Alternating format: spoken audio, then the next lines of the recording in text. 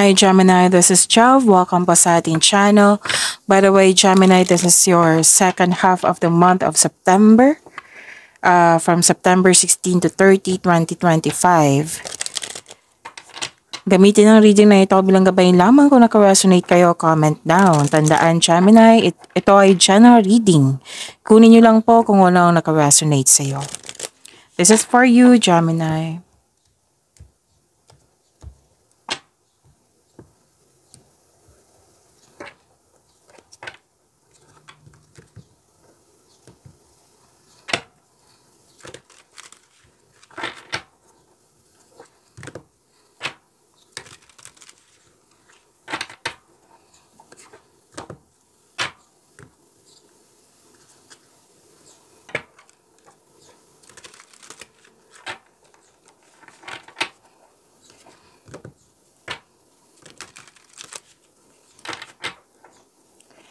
Para po ito sa iyo, Gemini, ngayong September 16 to 30, 2025.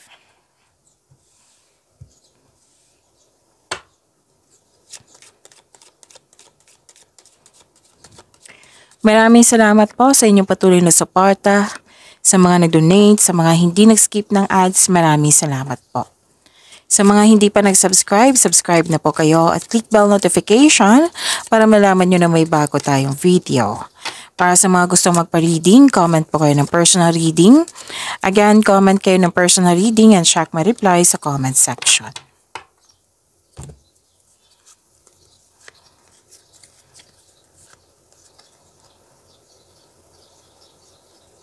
Okay.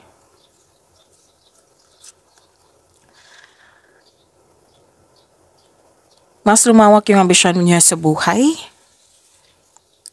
At nakikita ko dito, wow, prosperity is yours.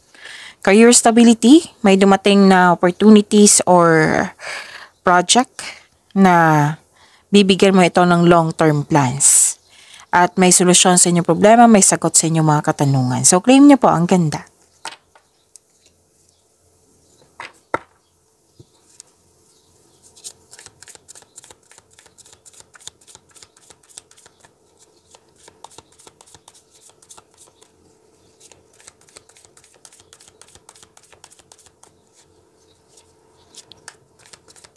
Energy po ni Gemini ay yung September 16 to 30, 2025.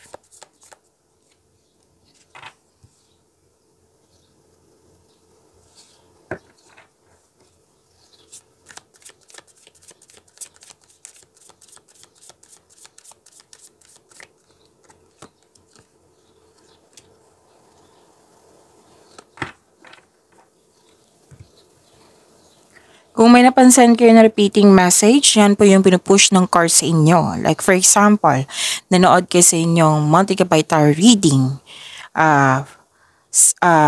Sa weekly gabay tarot reading nyo, daily gabay tarot reading, at dito din sa inyong second half of the month of September. At may napansin kayo na repeating message. Yan po yung pinupush ng cards nyo na kailangan nyo bigyan ng atensyon, solusyon at aksyon kung maaari po. So na yung energy ni Gemini.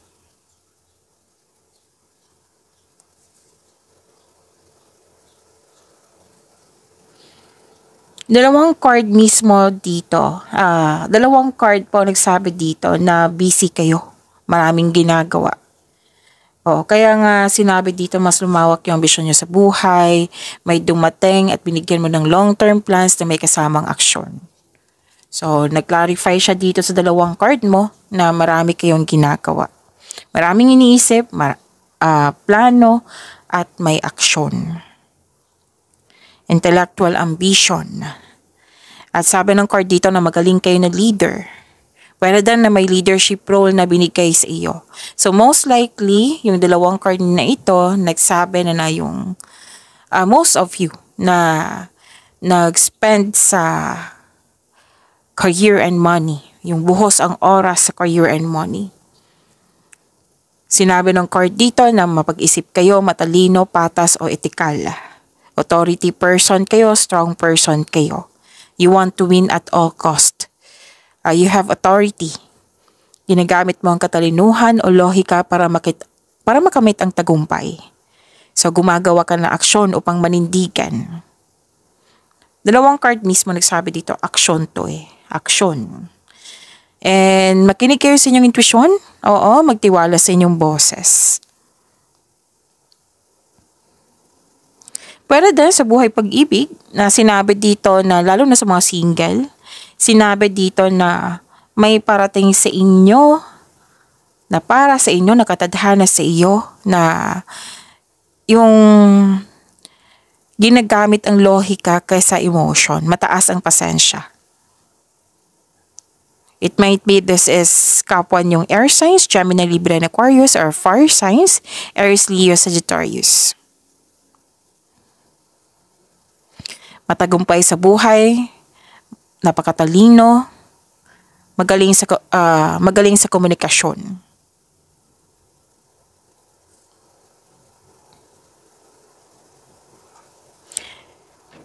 Gumagawa ka ng lohikal na aksyon para sa iyong layunin sa buhay. So, sinabi talaga ng card dito na magaling kayo na leader. Pero din na yung sinabi ko kanina, leadership role or promotion ito. Promotion, pag-angat sa inyong posisyon, pag-angat sa inyong kita, sweldo, allowance. At kinigalang ka at kinikilala ka ng mga tao nang dahil sa marami ka ng kontribusyon, marami ka ng napatunayan. Kung may legal concern kayo, kung meron po makakatanggap kayo ng mabuting balita.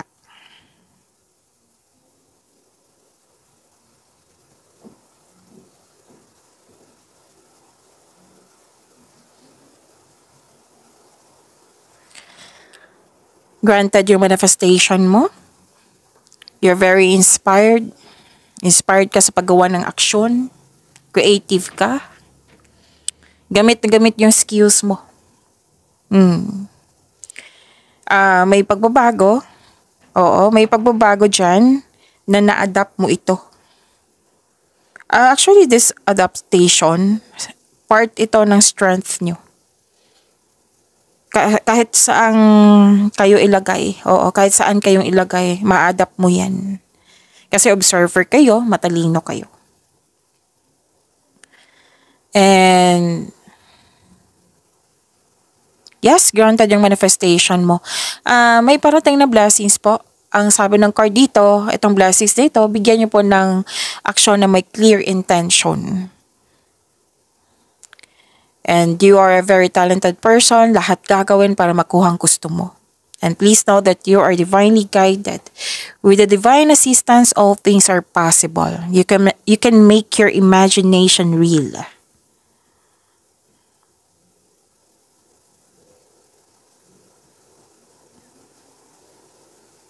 Pwede na nag-manifest ka ng magkaroon ng wonderful relationship sa isang tao. Pwede sa kaibigan, family member, or sa isang tao. Pwede sa relasyon nyo, karelasyon nyo. Nag-manifest kayo ng wonderful relationship. And ang sabi ng card nyo dito, your manifest will be granted soon. Basta patuloy nyo lang po alagaan yung sarili nyo, pagbalanse sa inyong emotion with your thoughts while remaining grounded and passionate. Para ma-attract mo yung green flag na tao. And may nakita ko ditong negotiation. Oo, dalawang card na mismo nagsabi nito promotion, negotiation. Magkakaroon po ng successful agreement. Pwede din signing of contract ito. Kung walang kontrata, pwedeng nagkasundo kayo, deal, agreement, commitment, promises. So, claim nyo po ang ganda.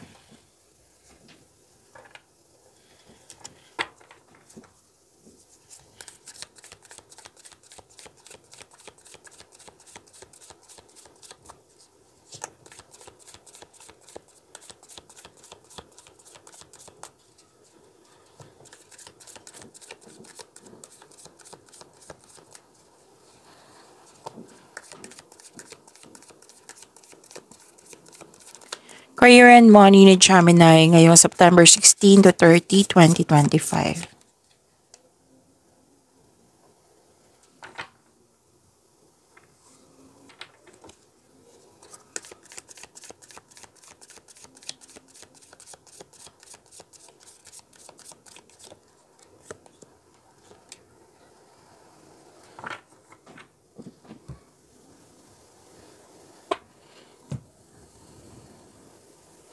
Sa career and money niyo po, Gemini.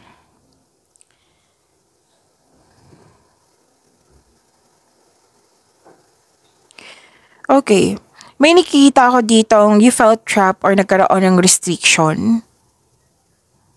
Pwedeng may offers sa'yo na pinag-isipan mo ng mabuti, na nagkaroon ka ng alinlangan na mag-level up.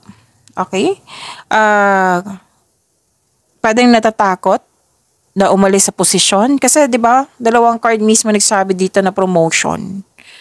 Dito, sinabi sa career and money mo, nagkaroon ka ng alinlangan na tanggapin itong posisyon na ito, itong offer sa'yo, any kind, pwedeng project ito, hindi lang posisyon. Oo, any kind, may offer dyan na sa iyo na pinag-isipan mo ng mabuti na nag-alinlangan ka. Na may nagsabi nga sa akin ngayon na nag-alinlangan kang bumili, mag-invest sa isang bagay.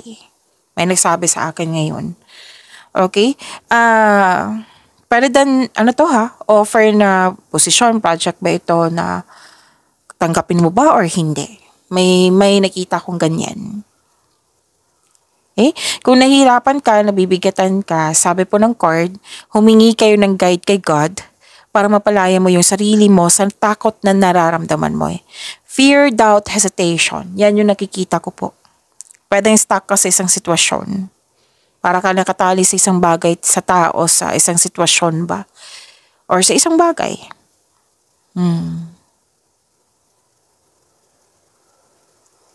So this card asks you to change something para ikaw ay makawala at makahinga. So this card asks you to step forward towards to your goal. Kailangan po ng ang prosesong ito nangailangan po ng pasensya at syaga. Magagawa mo ito, Gemini. Nakikita ko naman dito. Magagawin mo to, magkakaroon ng changes. Bibigyan mo ito ng action. Kasi may nakita ko ditong movement, transition. Magagawa mo po ito.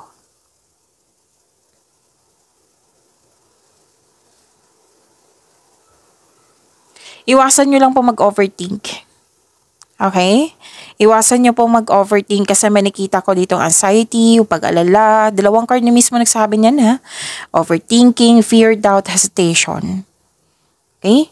And same pa rin yung sinabi ng card nyo dito na make change. Kung nahihirapan kayo, isuko nyo kay God, i-pray nyo. Maghingi kayo ng divine assistance. That is the best way. That is the best way na kailangan yung na sanang ma-overcome to. So, make change talaga. Dalawang card mismo nagsabi dito. Ito ang pangyayaring ito, malalampasan mo rin to. Kung gusto nyong may kausap, then go ahead. Kung gusto nyong i-journal to or diary, go ahead. Oo, basta tulungan nyo po yung sarili nyo. Okay?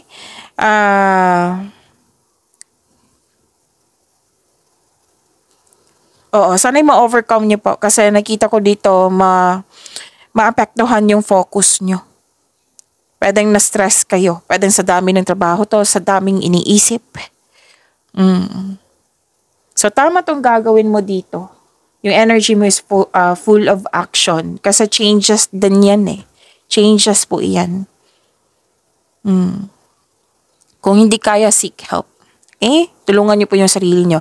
Kung gawain ito, Gemini, matatapos mo rin yan. Kasi sinabi ng card dito, nearing completion or natapos na.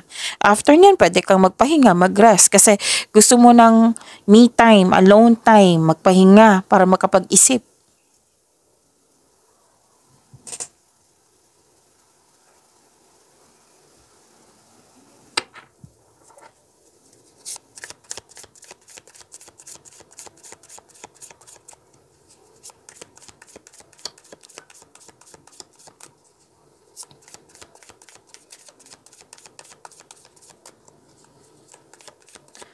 Love life, self-love, partnership, and romance, Gemini, ngayong September 16 to 30, 2025.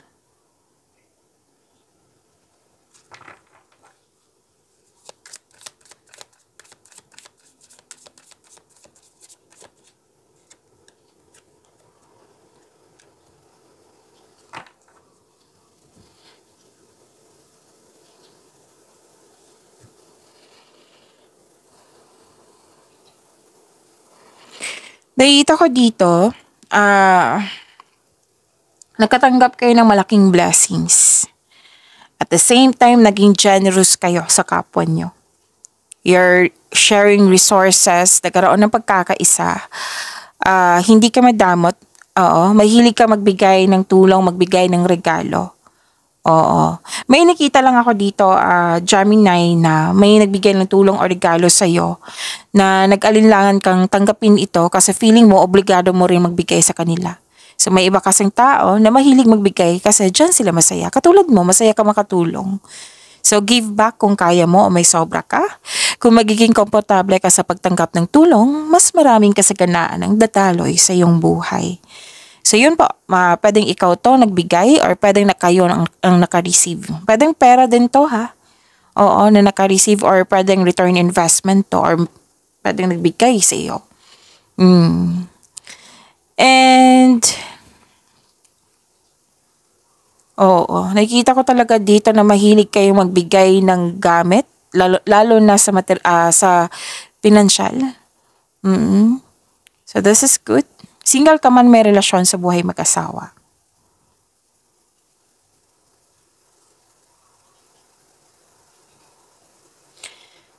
Okay.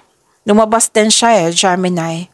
Dito sa inyong energy cards, natandaan nyo na sinabi ko kanina na may parating sa iyo na pwedeng air signs. Lumabas din siya dito. Pero may lumabas din dito na earth signs. Earth signs is Taurus, Virgo, and Capricorn. Air signs is Gemini, Libra, and Aquarius. Diba? Binanggit ko dito sa inyong energy cards. Na may parating na partner na sa mga single dyan na mabilis, posibleng mabilis like aggressive, pwede, mabilis mag-approach. Posibleng bata pa ito or youthful pang attitude.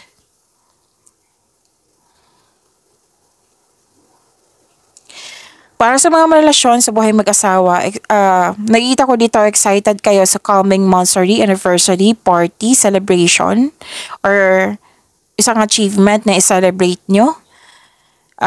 Nakita ko dito nag-uusap kayo tungkol sa past nyo na na-appreciate nyo po yung transformation. Na marami kayong natutunan sa mga nagdaan. So may mensahe na parating. Oo. And nakikita ko talaga dito na excited ka.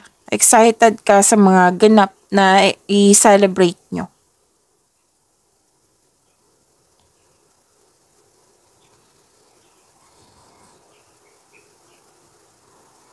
Okay, so nag-clarify na naman siya dito from here to here. Sa mga single ha, lumabas talaga na successful sa buhay, masayahin, at ready na sa relasyon, yung seryosong relasyon.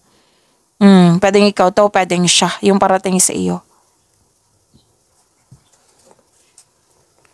Sa mga marelasyon sa buhay mag-asawa, love and happiness overflow. Sobrang satisfied ka. So deserve nyo mag-relax at mag-enjoy. And this is satisfaction and abundance. Thankful ka sa mga biyayang natanggap. You have overflowing abundance. Single ka man, may relasyon sa buhay mag-asawa. Successful and satisfied sa buhay. So magagawa mo talaga to. Itong maraming gawain. Magagawa mo yan at matatapos mo siya ng maayos. Okay? Na nag-confirm din dito na magpapahinga ka, magbakasyon ka, mag-rest day ka, may sapat na pahinga.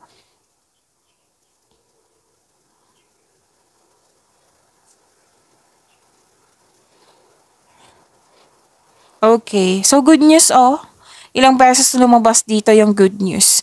Good news is coming related to your home or personal life. May magandang balita na parating or may bagay na matutupad. Okay? And so may date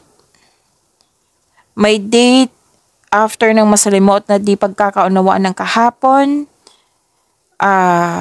Nakikita ko dito na most of you handa nang pumasok sa buhay ng pag-ibig sa mga single dyan. So, ang ganda. Claim niyo po. Pagyamanin niyo po yung blessings na binigay sa inyo, Gemini. See you tomorrow. Maraming salamat po.